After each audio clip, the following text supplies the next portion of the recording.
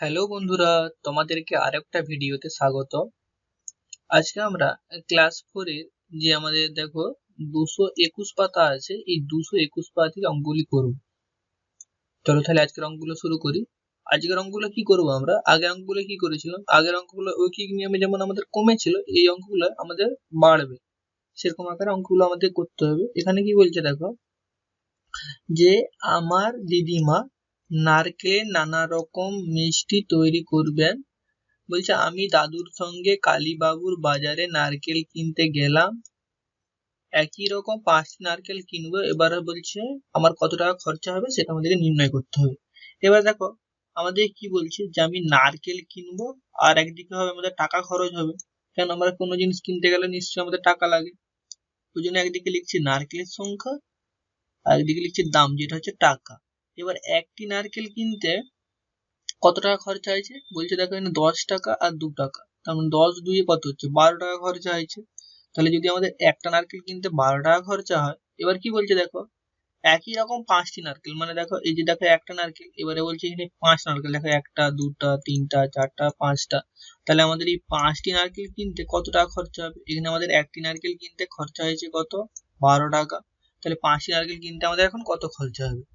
আচ্ছা দেখো, আমরা যখন নারকেলের পরিমাণ বাড়তিছে, একটা নারকেল যখন আমরা কিনতেছি 12 টাকা দিয়ে, 12 টাকা, তাহলে 5টাতে আমাদের কি কম টাকা লাগবে না বেশি টাকা লাগবে?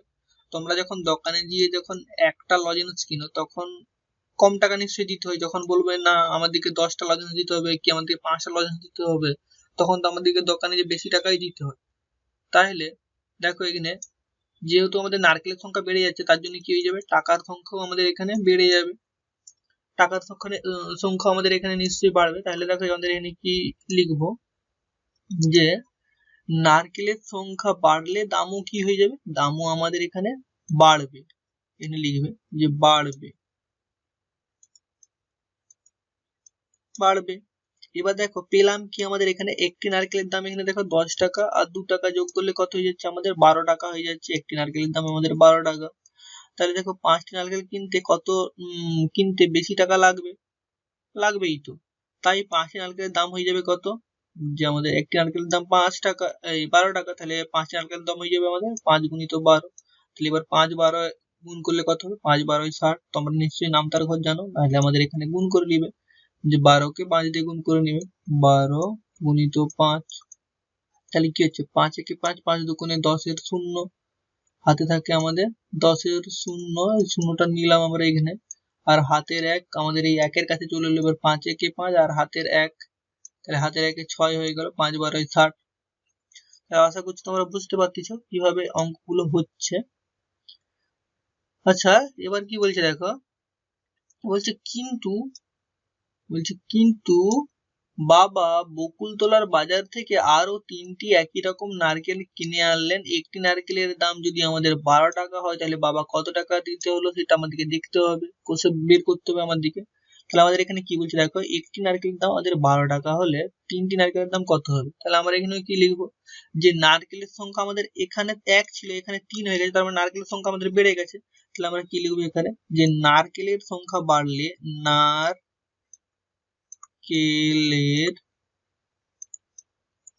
সংখ্যা বাড়লে দামও বাড়বে, দামও বাড়বে। বুঝতে পারছো? এবার আমরা কি লিখবো, একটি নারকেলের দাম, একটি নারকেলের দাম, একটি নারকেলের দাম আমাদের এখানে কত বলে দিয়েছে, 12 টাকা বলে দিয়েছে। তাহলে 12 টাকা, তাহলে 3টি নারকেলের দাম, তাহলে 3টি নারকেলের দাম, তাহলে এটা তখন কি হবে, যে 3 গুণিত 12, যেটা 12 1 হবে, এটা 12, তাহলে এখানে কত হবে, 3 12 36 টাকা। এখানে টাকা বলে লিখবে, এখানটা টাকা বলে লিখবে, এখানেও টাকা বলে লিখবে, টাকা। তাহলে আমরা এখানে তাহলে কি লিখতে পারি, যে অতএব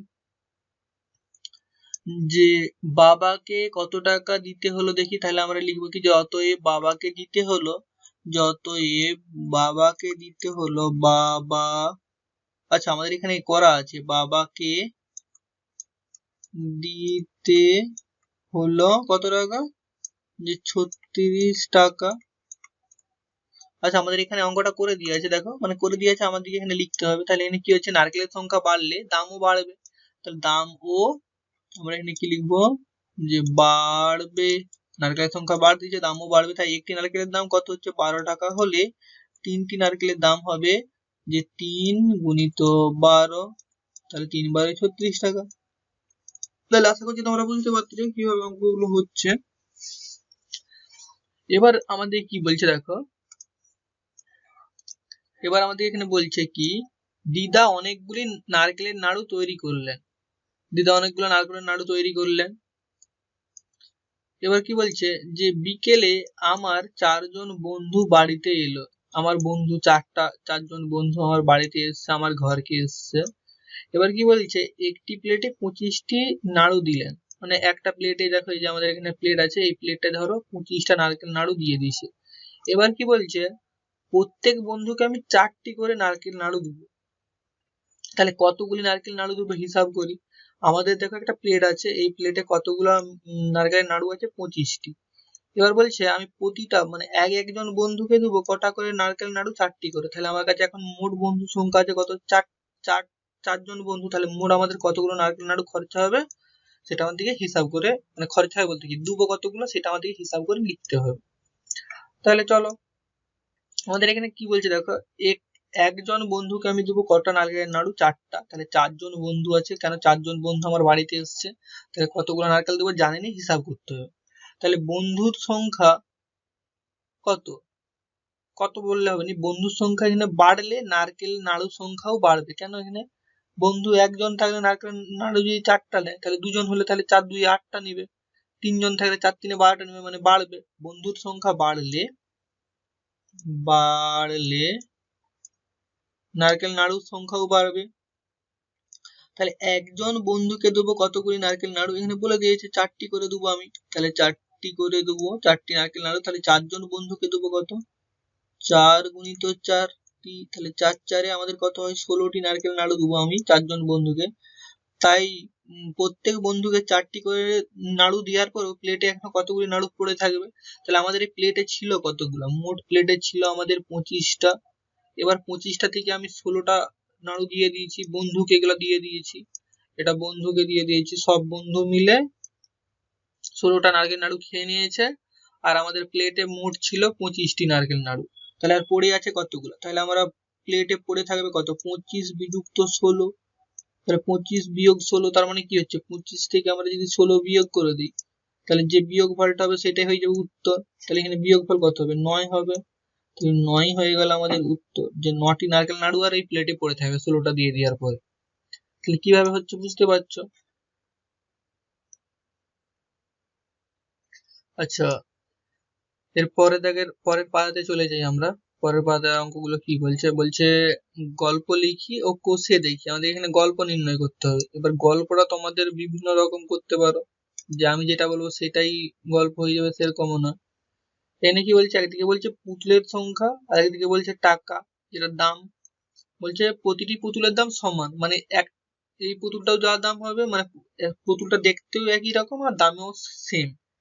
প্রতিটি পুতুলের দাম সমান যেহেতু বলে দিয়েছে আমার দিকে। এবার এখানে কি বলছে, একটি পুতুলের দাম 25 টাকা হলে 4টি পুতুলের দাম কত হবে। তাহলে কি লিখবে গল্পটা, যে সহজ ভাষায় বলে দিচ্ছি, যে একটি পুতুলের দাম 25 টাকা, প্রতিটি পুতুলের দাম সমান হলে এই রকম 4টি পুতুলের দাম কত হবে হিসেব করে লিখি। ব্যাস হয়ে গেল। আবার আবার একবার বলতেছি, যে একটি পুতুলের দাম 25 টাকা হলে 25 টাকা, প্রতিটি পুতুলের দাম সমান হলে একই রকম 4টি পুতুলের দাম কত টাকা হবে হিসাব করে লিখি। তাহলে আমাদের গল্পটা হয়ে গেল লিখা, তোমরা এটা লিখবে, গল্প লেখাটা হয়ে গেল। এবার আমরা এখানে কি করব, দেখো এখানে কি হয়েছে, দেখো ছিল একটা পুতুল, এখন হয়ে গেছে 4টা পুতুল, নিশ্চয়ই বেড়ে গেছে। তাহলে আমরা কি লিখবো, যে পুতুলের, এখানে লিখবে যে পুতুলের সংখ্যা বাড়লে দামও বাড়বে।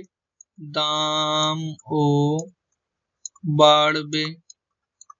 হয়ে গেল। এবার তারপরে নিচেটায় কি লিখে নেবে যে একটি পুতুলের দাম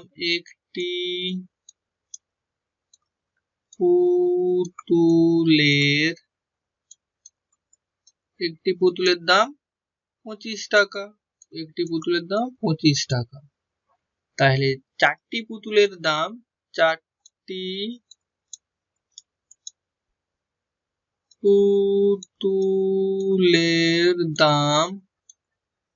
তাহলে এটা তখন কি হয়ে যাবে আমাদের যে 4 গুণিত 25 টাকা। তাহলে 4 গুণিত 25 টাকা মানে কি হয়ে যাবে, তাহলে 25 কে আমরা 4 দিয়ে গুণ করে দিলে কত হবে, গুণ করবে দেখবে 100 হবে, 100 টাকা। তাহলে এইটাই হয়ে যাবে উত্তর। যে তাহলে লিখবে যে অতএব চারটি পুতুলের দাম, অতএব চারটি পুতুলের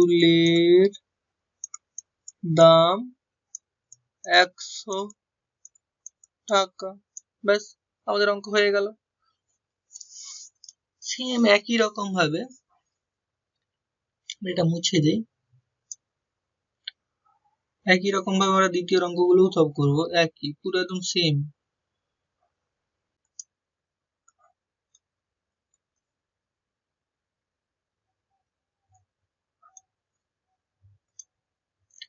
তাহলে আমরা কি লিখবো দেখো এখানে যে আমাদের এক রং পেন্সিল বাক্সে রং পেন্সিল থাকে, যে এক এখানে লিখবে রং পেন্সিল বাক্সে রং পেন্সিল থাকে 12টি।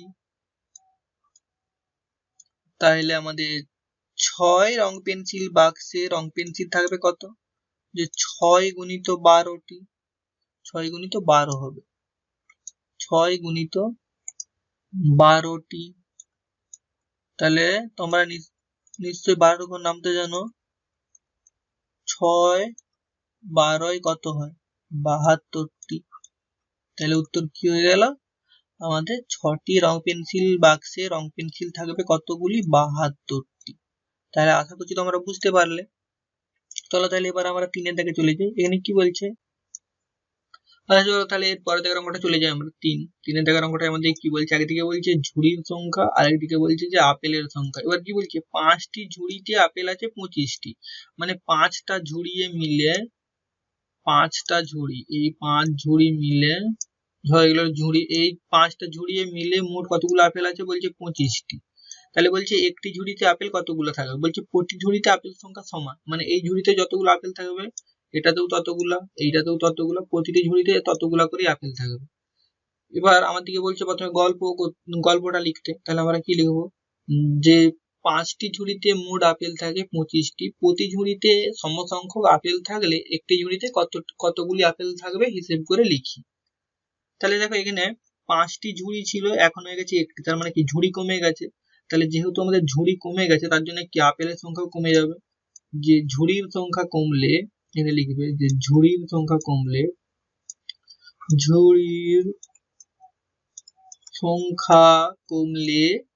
আপেলের সংখ্যাও কমবে, লিখে নিলে। এবার হচ্ছে কি লিখবে, 5টি ঝুড়িতে আপেল আছে 25টি, তাহলে একটি ঝুড়িতে আপেল আছে, দেখো বাড়লে গুণ হতো, এবার যেহেতু আমাদের এখানে কমেছে, তাহলে কি হয়ে যাবে, ভাগ হয়ে যাবে। তাহলে কি হয়ে যাবে আমাদের যে 25 ভাজিত 5টি, বাড়লে গুণ হবে আর কমলে ভাগ হবে, মনে রাখবে। তাহলে এখানে কত হয়ে যাবে, 25 কে 5 দিয়ে ভাগ করলে 5টি, ভাগ করবে তোমরা দেখবে 5ই বের হবে, তাহলে 5টি, তাহলে 5ই হয়ে গেল আমাদের উত্তর। তাহলে কিভাবে হচ্ছে আশা করছি তোমরা বুঝতে পারতেছো। চলো তাহলে এর পরের দিকের অঙ্কটায় আমরা চলে যাই। 4-এর দিকের অঙ্কটায় আমাদের কি বলে দিয়েছে দেখো, বলছে কি, বলছে একদিকে বলছে খাবার জলের বোতল, আরেকদিকে বলছে জলের পরিমাণ, বলছে 5টি বোতলে জল থাকে 10 লিটার, তাহলে একটি বোতলে জল থাকে কত লিটার। এবার দেখো আমাদের কি হচ্ছে, এখানে দেখো বোতলের পরিমাণ কমে যাচ্ছে, তার মানে কি হয়ে যাবে এপাশে আমাদের জলের পরিমাণও কমবে। তাহলে আমরা সহজেই বলতে পারি, আচ্ছা গল্পটা নির্ণয় করবে, গল্পটা আগের গুলোর মতো পুরো সেমি ভাবে করে নেবে, যে খাবার জলে 5টি খাবার জলে মোট জল থাকে 10 লিটার, প্রতি বোতলে জলের পরিমাণ সমান থাকলে একটি বোতলে কত লিটার জল থাকবে হিসেব করে লিখি। তো হয়ে গেল আমাদের। তাহলে এখানেও যেহেতু আমাদের কমে যাচ্ছে, তার জন্য আমরা কি লিখবো এখানে, যে খাবার জলের বোতলের সংখ্যা কমলে তাহলে জলের পরিমাণও কমবে, তাই কি হয়ে যাবে, তারপর লিখবো কি আমরা, 5টি জলের বোতলে জল থাকে 10 লিটার, 5টি জলের বোতলে জল থাকে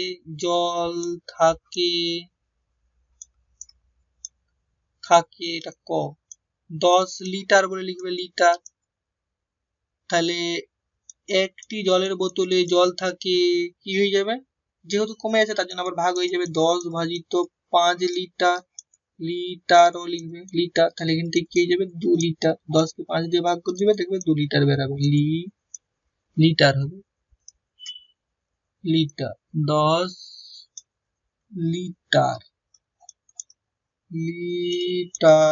লিটার, তাহলে 2 লিটার।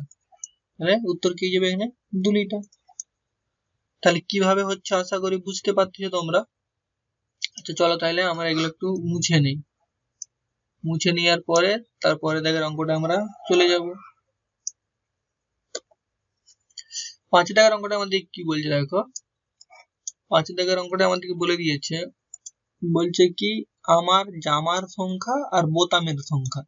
এবার বলছে বোতামের সংখ্যা নিজে লিখতে বলছে আমার একটি জামাতে কতগুলি বোতাম থাকে, ধরে নাও 6টি করে বোতাম থাকে। এবার বলছে আমার এই 6টি জামায় তাহলে আমাদের কতগুলি বোতাম থাকবে সেটা আমাদের হিসাব করে লিখতে হবে। তাহলে গল্পটা তোমরা নিজেদের মতো করে লিখে নেবে, আগের গুলোর মতোই হবে পুরো সেম। তাহলে দেখো এখানে কি হয়ে যাচ্ছে, আমাদের জামার পরিমাণ যেহেতু বেড়ে যাচ্ছে, ছিল 1 এখন হয়ে গেছে 6, তার জন্য আমাদের বোতামের পরিমাণও কি হয়ে যাবে, বাড়বে। তাহলে আমরা কি লিখবো, যে জামার সংখ্যা বাড়লে বোতামের সংখ্যাও বাড়বে, যেহেতু বাড়বে তার জন্য কি হয়ে যাবে, গুণ হবে, বাড়লে গুণ হয়তো বাড়লে গুণ। তাহলে আমাদের এখানটা কি লিখবে, এটা লেখার দরকার নেই, আমি তোমাদেরকে বোঝানোর জন্য বললাম। তাহলে এখানটা কি লিখবে, যে জামার সংখ্যা বাড়লে বোতামের সংখ্যাও বাড়বে। তারপরে লিখে নিবে কি, যে একটি জামায় বোতামের সংখ্যা থাকে বা একটি জামায় বোতাম থাকে 6টি। এবার তোমরা যদি লিখো 7টি বলে লিখবে, তাহলে 6টি জামায় বোতাম থাকে, বাড়লে কি হয়, গুণ হয়। তাহলে 6 গুণিত 6টি, তার মানে কি হচ্ছে 6 গুণিত 6 মানে 36টি। তাহলে এইটাই হয়ে গেল আমাদের উত্তর। তাহলে এখানে কত হবে, এখানে উত্তর হয়ে যাবে আমাদের 36টি। তাহলে আশা করছি তোমরা সব এই জায়গার অঙ্কগুলো সব বুঝতে পেরেছো। বাড়লে কি হচ্ছে আমাদের, বাড়লে